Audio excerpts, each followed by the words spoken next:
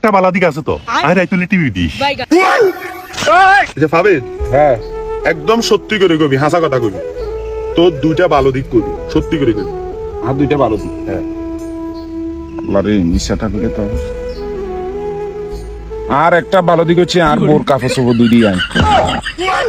আরেকটা বালা দিক কি আছে আইয়াম ক আর বউ জেনে কয় এনে শুনি আর যদি কয় বই থাক আয় বই থাই আর যদি কয় উড়ি খাই থাক তো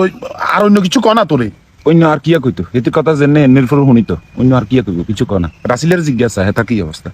আচ্ছা রাসেল তোর দুইটা ভালো দিক বলতো সত্যি করে বলবি এতের মতো বল ভালো দিক নেই। আরে বেটা আমি আমার আব্বু আম্মুরে খুব সেবা যত্ন করি। কি রে এতার আব্বু আম্মু মরে গেছে না আরে পাগল আমি আমার শ্বশুর শাশুড়ির কথা বলতেছি। হুমন দেখো কি রে আর কেন কি হিটা কো আরেকটা বালা দিক আছে তো আয় রাইতুলি টিভি দিস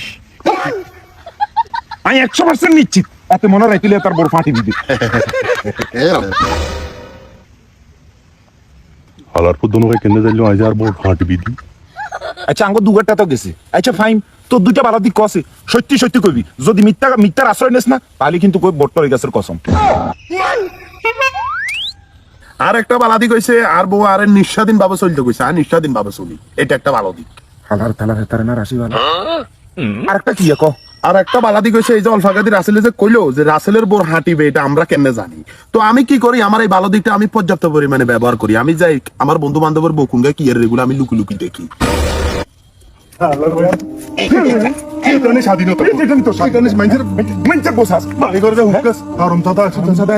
এটা বলে স্বাধীনতা হ্যাঁ আমরা তো ভালো আছি তাইলে তো কি চল বন্ধু বা টিভি দিয়ে তোরা দনকে আর হিটছত না আমি তো আর বোরিং এন কই দুম এটা তোর আর একটা ভালো দিক আমরা বুঝতে পারছি যা আমার কানটা তুলে